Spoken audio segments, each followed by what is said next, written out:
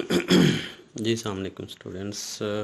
हम टीजी को regular expression में कन्वर्ट कर रहे थे, जो कि क्लीन्स थ्योरम का सेकंड पार्ट था। और हमने उसमें मुख्तलिफ स्टेप्स देखे थे कि हम कैसे स्टेप बाय स्टेप ट्रांजिशंस को रिड्यूस करते जाते हैं और स्टेट्स को एलिमिनेट करते जाते हैं। तो जो उसमें की पॉइंट था स्टेट एलिमिनेशन मेथड में, वो यही था कि जब भी आप किसी स्टेट को एलिमिनेट करते थे तो आपने उसमें से गुज़रने वाले, उसमें से पास थ्रू होने वाले जितने भी पाथ्स थे उनको अकोमोडेट ज़रूर करना होता था। तो एक एग्ज़ाम्पल मैंने पहले आपको करवाई थी, एक एग्ज़ाम्पल मैं और करवाता हूँ आपको आज।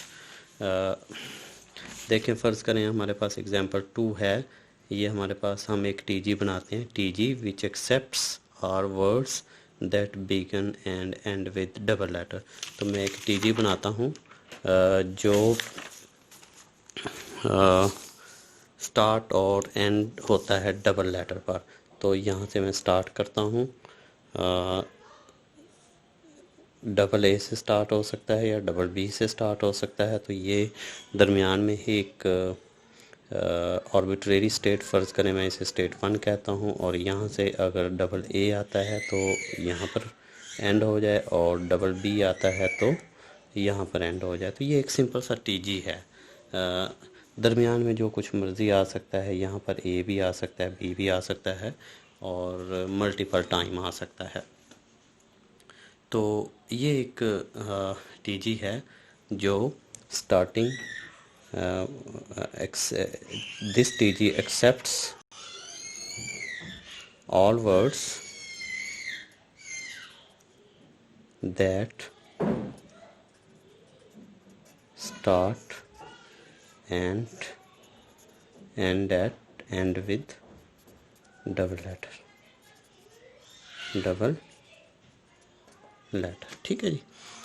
तो अब हम इसकी इक्विवेलेंट रेगुलर एक्सप्रेशन बनाते हैं कि इसकी इक्विवेलेंट रेगुलर एक्सप्रेशन क्या होगा बाय स्टेट एलिमिनेशन मेथड, यानी बाय स्टेट एलिमिनेशन मेथड हम यूज़ करेंगे।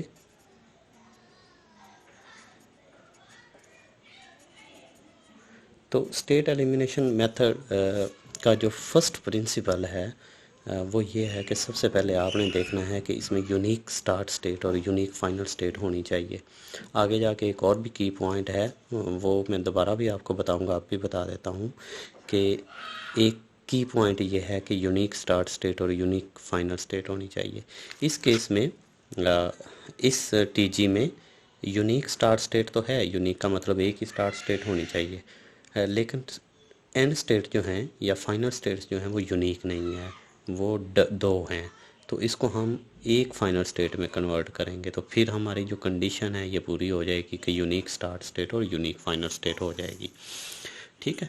इसके अलावा जो एक कंडीशन है, बड़ी प्रिलिमिनरी कंडीशन है और बड़ी इम्पॉर्टेंट है, जिसके बगैर आप किसी टीजी को रेगुलर एक्सप्रेशन में कन्वर्ट आसानी के साथ नहीं कर पाएंगे।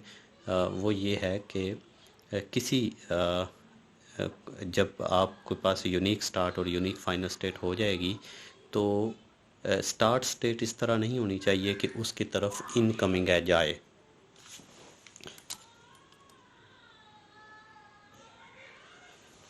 किसी स्टार्ट स्टेट की तरफ कोई इनकमिंग एज नहीं होना चाहिए। देयर मस्ट नॉट बी, आप लिख सकते हैं there must not be incoming edge to start state. Incoming start state की तरफ इनकमिंग एज नहीं होना चाहिए। Similarly there must not B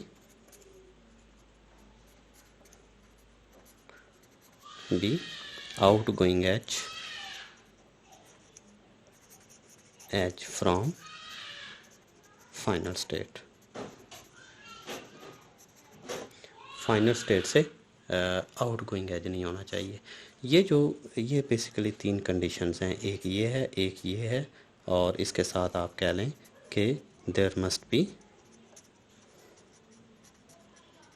unique start and final state.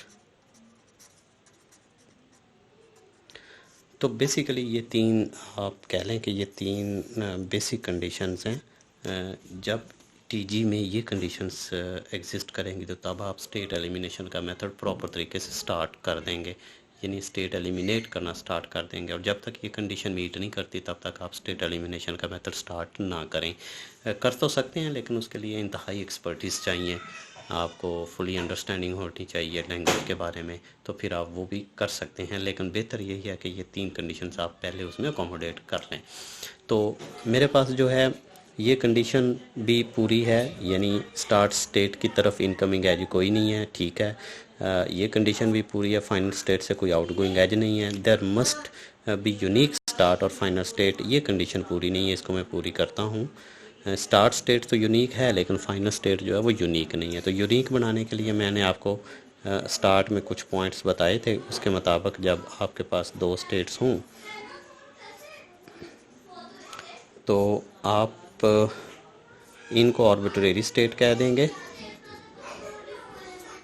और एक फाइनल स्टेट आप एंड पे बना लेते हैं और वहाँ से आप नल या एप्सिलॉन के से ट्रांजिशन दे देते हैं। इसको अगर आप स्टेट 1 कह दें, इसको 2 और इसको 3 कह दें, तो तब अब आपके पास जो कंडीशन है, अब यूनिक स्टार्ट और यूनिक फाइनल स्टेट है अब आपके पास। ठीक है जी। अब हम वन बाय वन इन तीन स्टेट्स को एलिमिनेट करते हैं। आप एक वक्त दो भी कर सकते हैं if you feel possible. And पे आपके पास एक स्टार्ट स्टेट और एक फाइनल स्टेट बचेगी। तो मैं क्या करता हूँ, एलिमिनेट 2 और 3 को साइमल्टेनियसली कर देता हूँ। Eliminating 2 and 3 states. देखें अब ये स्टार्ट स्टेट वैसे ही रहेगी, डबल ए डबल बी, और ये 1 स्टेट वैसे ही रहेगी, ए बी। तो इस 2 को मैं एलिमिनेट करूँगा तो इसमें से पाथ जो पास कर रहा है वो डबल ए और नल वाला कर रहा है। तो इसको आप डायरेक्ट डबल ए इंटू नल, ये आप प्लस पे ले जाएं, और इसी तरह डबल बी और नल जो है, double B and null direct ले जाएं, तो 2 और 3 जो है वो एलिमिनेट हो चुकी हैं। इसी तरीके से अब मैं एजेस को रिड्यूस करता हूँ। ये मेरे पास डबल ए और डबल बी है, 1 स्टेट ए और बी है।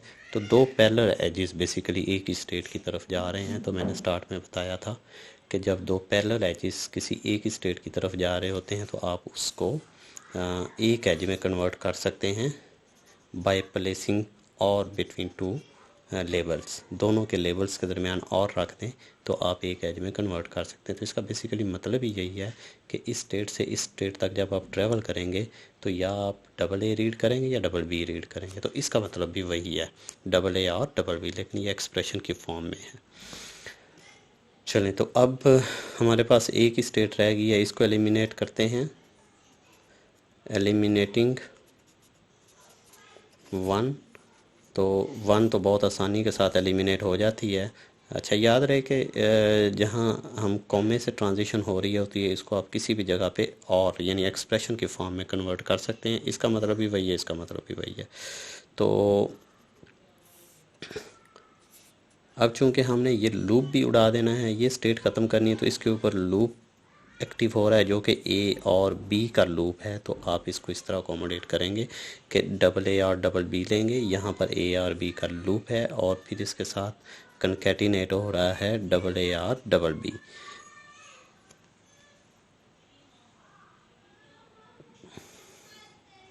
तो ये बेसिकली इसको आप फर्दर ऐसे कर सकते हैं।